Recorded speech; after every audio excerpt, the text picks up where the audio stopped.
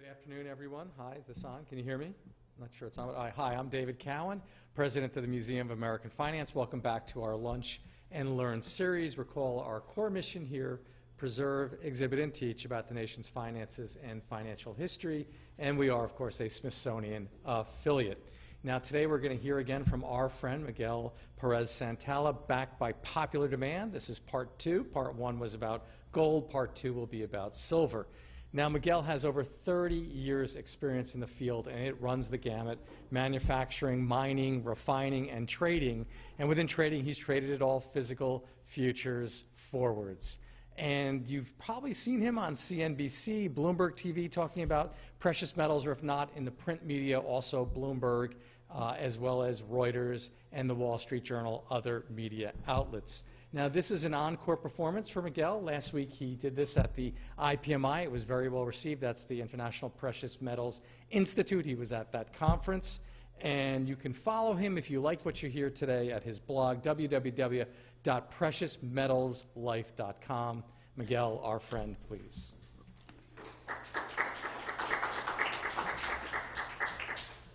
Thank you, everyone. Thanks for coming. A little color about the presentation, add a little more than I did at the International Precious Metals Institute. In developing these presentations that I've been doing here at the museum, it's mostly history. So I actually have to do a lot of research. What happened was, when I started doing presentations, which was for the IPMI, I started mostly about the market. And then, as you start to, cover every topic, and all of a sudden you're out of topics. And then I'm like, well, what do you want me to talk about now? And every time I have to think of something new. And I got curious myself about the history of precious metals, so I started working on that. And then the first one I did, which was last year I did here, was Beauty and Avarice: A History of Precious Metals, even though it was predominantly about gold. Now this one, obviously there's some overlap of information, so as I'm building my repertoire, I'm also building what I learn in my knowledge, and my stories all change. So it's actually very exciting. And I do get a lot of help from my younger brother, Carlos, who happens to be here today, because he's my editor. So every time I write something, I run it by him, and he checks out that it makes sense and that it flows right, and so that the presentation will go well. So I just want to share that with you so you understand where this comes from. So the topic today is silver's struggle for monetary prominence. Now, we hear on a regular basis about silver being money, especially if you've been on the web or anything like that. There's the silver bugs all over what's called the blogosphere. And they're always talking about silver is real money, and it's the only kind of money. And there's a lot of people buying silver coins and silver eagles and whatnot. And recently, Congressman Ron Paul, in a meeting with the Fed chairman, held up a silver round. A silver round is a medallion, really. It's not a coin. It's a round medallion meant to look like a coin, and held it up and said, "This is money." But the question is that really money? I don't think that's what he was trying to say. I think what he really meant is that silver represents value. And so he's trying to portray what the value of money is. Now, can we argue, is silver money? That's one of the questions, and that's part of our topic today. How gold beat out silver is an important part of the change of silver's function in our current economic environment. But it's much more than that, and much more complicated. Now, for this presentation, I had to take a U.S. aspect, a U.S. point of view. So I couldn't, look, all over the world. I do touch upon the different things that were going on in the world, but I'm very U.S. specific. It just makes it easier for a nice short presentation and more enjoyable. So that's what we'll be covering today. We have records of over 5,000 years ago in written text of 282 laws. It's called King Hammurabi's Code. That silver and wheat were the principal forms of exchange at that time. Gold was on the board, but believe it or not, it was not one of the main forms of exchange. In fact, silver was the most predominant. So silver at that time really was money, as opposed to what we're arguing these days. In the year 635 BC, the first coins minted were of a naturally occurring alloy called electrum. The Lydians, who were making these coins, later learned how to separate the two metals, and creating the first bimetallic system that continued on through the ages. At that time, the ratio of silver to gold was 10 to 1. Now, if you notice, I did say 635 BC, and the slide says 560. That's because that specific coin is a picture of a coin from 560 BC. At about the time of the Middle Ages, silver became the most prominent form of exchange. The common or poor people, or the farmers, the agrarians, they didn't really have metal in their pocket. They did everything for barter or for trade of services. It was the knights and the wealthy and the merchant class that had silver in their pockets, and that's what they walked around with. But gold, even though it still was a predominant and important form of exchange and money at the time, was not really carried around because of its high value. So it was held in specific vaults, and people would trade it out of the vaults. And one of the marketplaces where they really did this was in Genoa and Venice. And they issued promissory notes, or warehouse receipts at that time, that were negotiated. And that was our first step towards paper money. Meanwhile, at that time, far east of Europe in Asia, Kublai Khan, the Mongol ruler, already started issuing banknotes, paper money. He made it law that all gold had to be turned into him. Silver and gold would continue to be primary forms of exchange for centuries. Both suffered from debasing or clipping. That means the coins would move from person to person, and someone would steal a little bit with a little knife and cut some off. And so it would cause a lot of havoc in the economy because no one knew what these coins were worth. How much did it lose? Because it was about weights and measures. But it wouldn't be until rimming that would come to an end. Rimming is if you guys have a quarter in your pocket, right? You're reaching your pocket and you feel that rough edge. That's rimming, and that pretty much put it to an end. Now, we have rimming on our quarters not because they're worth anything. They're not. No one's going to clip or debase these coins. But we have rimming just for looks at the moment.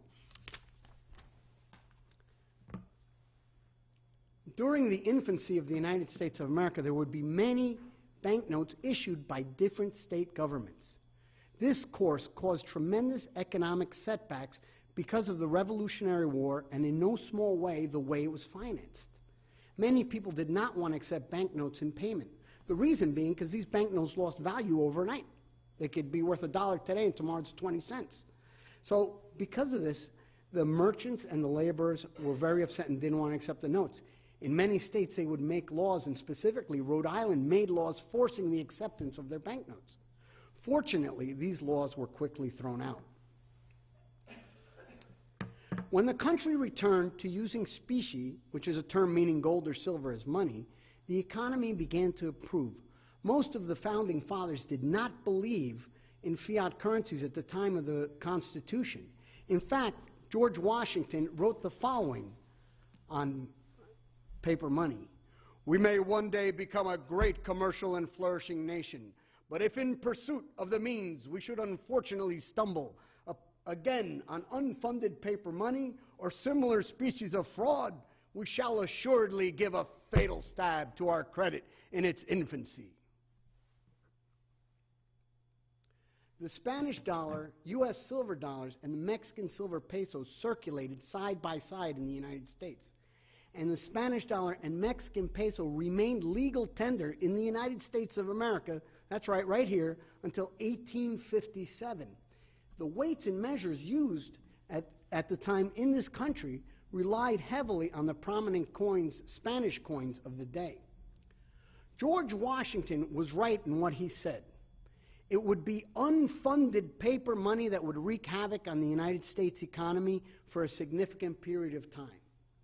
Some claim that it is still this that is causing our current and perpetual economic crisis. So the real issue was the money. The money situation needed to be resolved in order for business, commercial transactions, and banking to grow, and especially for the expansion of the United States. But the banks at that time did not operate under the same guidelines as restrictions as we have now.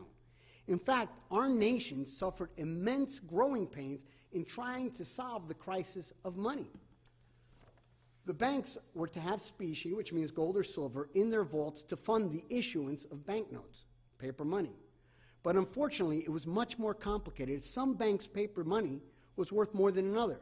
For instance, the Bank of Boston would issue $1, and a bank in South Carolina would issue $1. But depending on where you were and how fast you can convert that and get the actual specie or gold or silver, it would dictate the value of that money.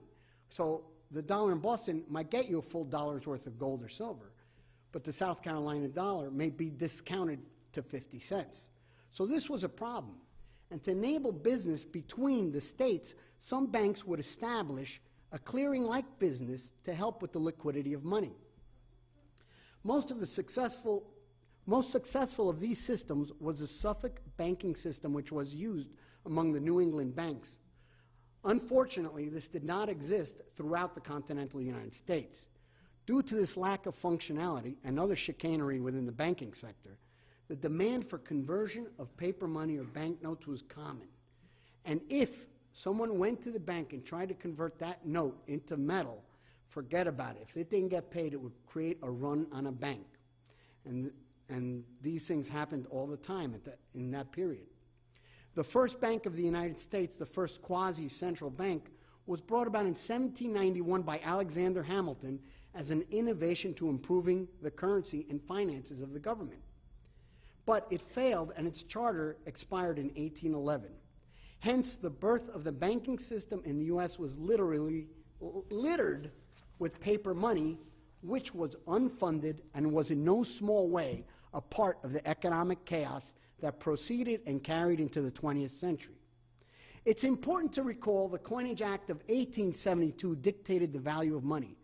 For instance, $10 was the equivalent of a little over half an ounce of gold, and a $1 was the equivalent of over a little 3/4 of an ounce of gold.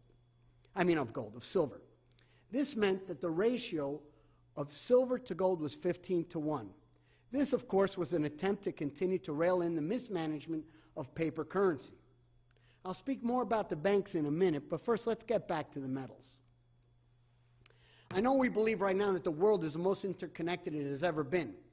Most probably it's true, but free trade among nations is what has always driven growth. During this time period, the faster ships, the Industrial Revolution, and the British Empire made the world a much smaller place. The different economies became interdependent, and when an economic or political problem affected trade in one country, it would be felt in others. The British Empire, the separated brethren of the original colonists, in no way had lost its influence on the outcome of situations in the United States. The gold standard and the central bank's concepts are both innovations of the British. It was often said that the U.S. was letting itself be run by the outside bankers due to the government's decision to move to the gold standard. However, the silver lobby remained strong. Even though the government had already essentially pushed out silver as money since 1849 and put the nail in the coffin in legislation in 1873, the battle was not over. This was also, by the way, the same year that the Germans converted to the gold standard, 1873.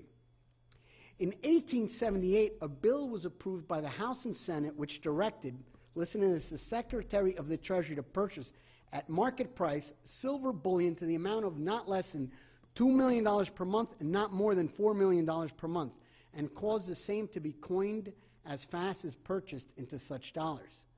What this represents in modern day dollars is a subsidy of nearly $1 billion a year. The silver industry would love that right now. The Civil War of the United States played no small part in adding pressure on the silver market. The dominant cotton business between the United States of America and a primary partner was upended. This forced business to seek other channels. It increased commerce between gold standard countries and silver standard countries. Then imbalance of payments followed. International trade was and still is a complex relationship. But the truth is that Britain, a manufacturing powerhouse at the time, demanded gold from its trading partners. During the Civil War, this had a hand in pushing silver into a weaker position. As more business diverted into Asia during that time, it created more pressure on the silver standard countries. Why? The reason is their balance of payments would be difficult to manage as they had issues between the growing ratio of silver to gold due to the increased silver production around the world. Additionally, the liquidation of silver and disappearing monetary demand from the European nations forced their hand. Eventually, India would abandon the silver standard in the early part of the 20th century, and China would be the last major holdout until 1935. The second industrial growth wave would hit, and also an influx in immigration. In fact, during the years between 1850 and 1890, the population of the United States of America had almost tripled from 23 million to nearly 63 million. This, of course, was a good thing for the nation overall. But because of the Civil War, the toll and deaths, the destruction, and the chaos caused by the war, it was difficult for the country to get back on its feet. And one of the major hurdles that kept causing difficulties was the lack of money, specifically sound money. Paper money could not be trusted, and gold and silver coins were hard to come by. Yet the banking sector was little improved. Bank failures were still commonplace, even after the passing of the National Banking Acts of 1863 and 1864. The system was designed to improve the use of banknotes through a system of national banks that would fall under the regulation of the Treasury. It was mandatory that all national banks accept each other's issues at par. This meant that the problem that we had between, the bank in Boston and the bank in South Carolina would disappear. Additionally, all the banknotes issued for the first time would be brought into uniformity via the mandatory issue through the Bureau of Engraving. So the paper money would all look the same for the first time, at least issued by the national banks. By 1870, now remember this, before it was all state banks, by 1870 there were only 325 state banks and there were 1,638 national banks, so they did have some success. A tax imposed on banknotes issued outside of national banks drove the state banks to use checking accounts.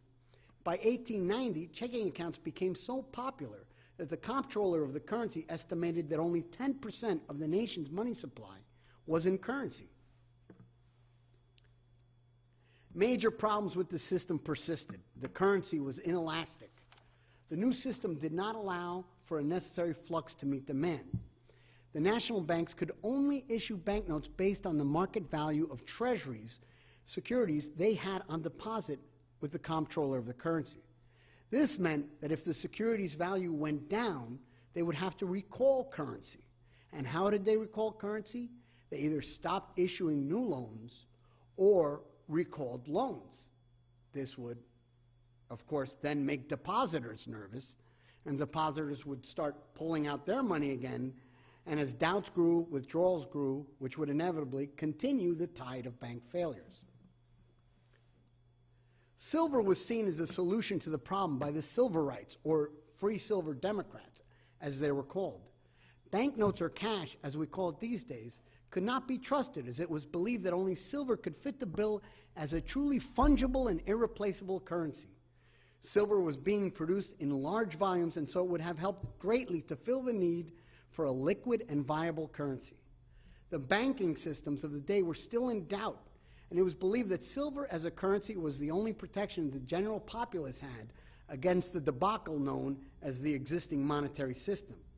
It was equally believed, because the U.S. was exceptionally strong in the production of silver, that our government's constant obstruction of the bimetallic system was a play into the hands of foreign banks and governments. But that wasn't really true. The problem for the government lies in that the U.S.'s most powerful clients, as we call trading partners, had switched to the gold standard. Since they would not accept silver at a peg price against gold, how could we hold to a bimetallic standard? The parity had shot up. In 1886, the gold-silver ratio referencing production was nearly 40-1. There's just no way a bimetallic pegged standard could stand. However, if the silver coin value against the gold coin value were allowed to fluctuate, then the argument for the maintenance of a bimetallic system may have stood a chance. But the silver lobby saw fit to fight for the peg. Using statistics supplied to me by the U.S. Geological Survey, I was able to graph for you the production during the time period we're discussing. you can see that silver production just continued to grow the entire time. There's no way that a peg system could survive that kind of growth. It's my belief that that peg system is the reason for silver's primary failure to reemerge as a monetary instrument. In reading the politics of those times, I would say I would have been a Democrat. They were fiercely independent and cared for the protection of individuals' rights and their ability to provide for themselves. The term free silver meant that an individual with silver could bring their silver to the U.S. Mint and receive silver dollars in return. But the government could not allow 10 $1 silver coins to equal $10 in gold. There had to be another solution. To the U.S. government, silver was not the answer to the currency and banking crisis of the nation. I'd like to point out, let me go back 2 slides here and point out to you, you see over there Uncle Sam sitting on the mint and a citizen coming in and putting silver. He puts silver into the mint, they mint out coins and they spit out $1 coins. But meanwhile, the merchants will only take them at 53 cents because the merchants know it's not worth $1 of gold. So see, people are, they're not slow. They know what's going on. So they wouldn't accept it, so it wasn't working. I'd like to read to you a segment of a speech given by a candidate for presidency, Williams Jennings Bryan, at the Democratic Convention in 1896 when he was nominated to run for the presidency. I come to you in defense of a cause as holy as the cause of liberty, the cause of humanity.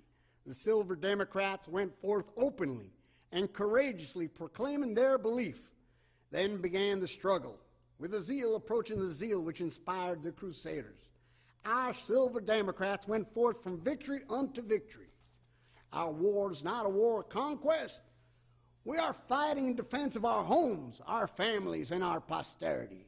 If they ask us why it is that we say more on the money question than we say upon the tariff question, I reply that if protection has slain its thousands, then the gold standard has slain its tens of thousands. If they ask us why we do not embody in our platform all the things that we believe in, we reply that when we have restored the money of the Constitution, all other necessary reform will be possible. But that until this is done, there is no other reform that can be accomplished. If they say bimetallism is good, but that we cannot have it until other nations help us, we reply that instead of having a gold standard because England has, we will restore bimetallism because the United States has it. If they dare to come out into the open field and defend the gold standard as a good thing, we will fight them to the uttermost, having behind us the producing masses of this nation and the world, supported by the commercial interest, the laboring interest, and the toilers everywhere. We will answer their demand for a gold standard by saying to them, you shall not press down upon the brow of labor this crown of thorns. You shall not crucify mankind upon a cross of gold. Well, he went on and lost the election anyway.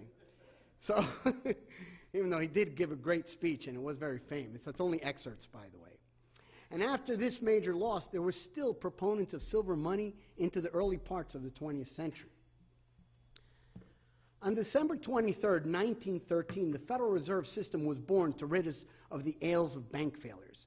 But after its creation, a decade following saw the largest amount of failures on record. Of course, global trade and economics certainly had much to do with the difficulties. Yet here we are, 100 years later, with a few metamorphoses of the U.S. dollar from gold standard to gold-backed under Bretton Woods Agreement, and finally to a fiat currency after 1971. By the way, fiat means that there's nothing really behind it. The government's telling us what it is, and we're just accepting it. Essentially, we are still at the same place.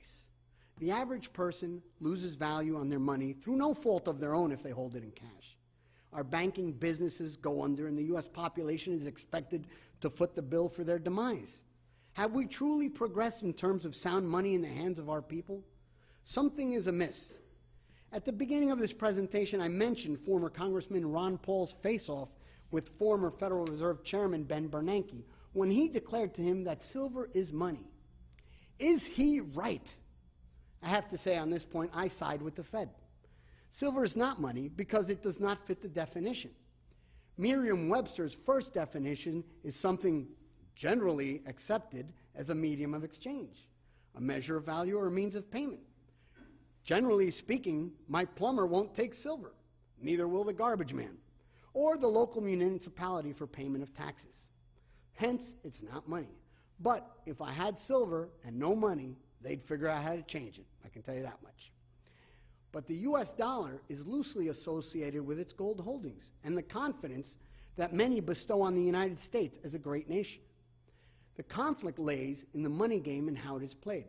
Where will these new Federal Reserve experiments and policies lead the U.S. dollar? Nobody knows for sure, and that includes all the members of the board of the Federal Reserve. There is one fact that can be noted from history. Paper money can become worthless very fast. Germans, for instance, are well-known buyers of gold and silver because of the hyperinflation they suffered in the last century. They remember. The rest of the world, of course, has suffered hyperinflation or even just high inflation. Many people have lived through currency collapse, including, as pointed out earlier, those in the 19th century USA. Since 1994, there has not been a major economy that has suffered such a setback, but the world is riddled with plenty of them. But still, does this mean it can't happen here? It has been less than 100 years that a major Western nation has suffered hyperinflation. But there are other causes of loss of value, such as high inflation. I don't know about you, but if inflation reaches 10% or more, I won't be too happy considering the government's already taken me for 30%. So they're going to get another 10%. That's how they get the money. As a country's politics become more populist, though, you run in danger of regime change, such as what happened in Argentina and Venezuela, where their new politics have created a living nightmare for their citizens. Their inflation is running over 25% or more regularly. The average citizen will have wished they were holding silver and not currency. Silver may not be a currency, but it is an asset.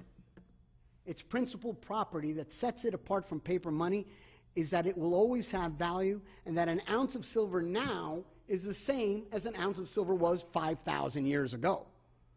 Many people have come to realize that it may be a smart thing to have some asset that is never changing in their portfolios. And this is proven out and witnessed by the growth of the silver ETF, which is the Silver Exchange Traded Funds. No one knows for sure if the experiments of the Fed or the world's central banks will work. Just in case, it makes sense to hold silver, an ancient and still functional asset, for future unknowns. That ends my presentation. I hope you enjoyed it. And I'm free for questions if anyone has questions. Anything at all. Could be silly. Don't worry about it. Someone start. Come on. Anything? Yes.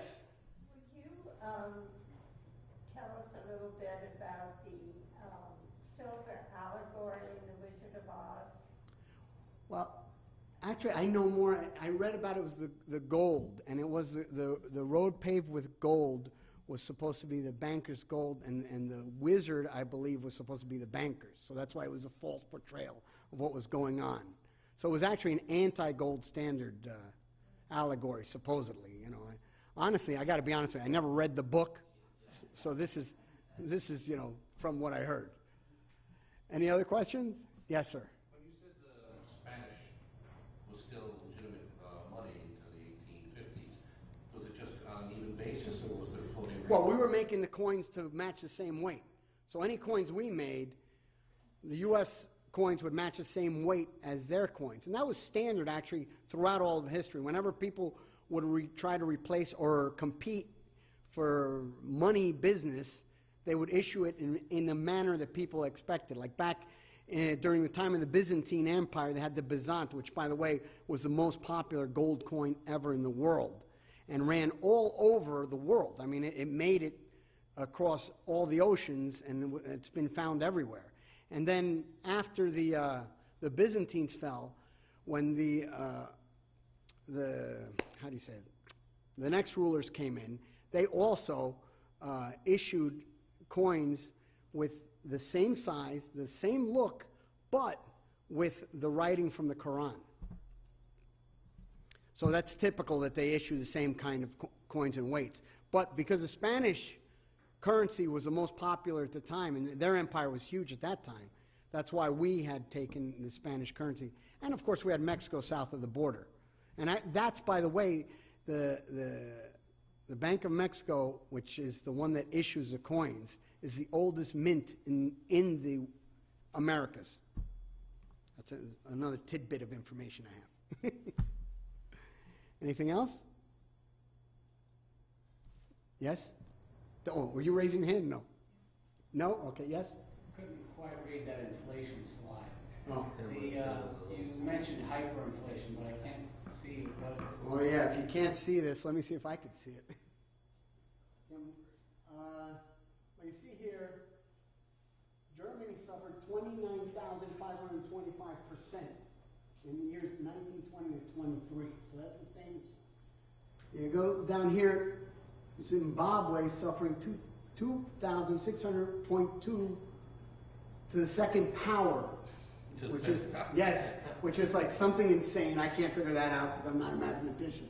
There's another insane one here. Hungary, 45 to 46 was 1.295 times 10 to the 16th power. I don't know how. So it was really crazy. So there's lots of countries that just literally fell apart. Here, Serbia's 309 million% between 92 and 94. So these things are happening all over the world as we speak.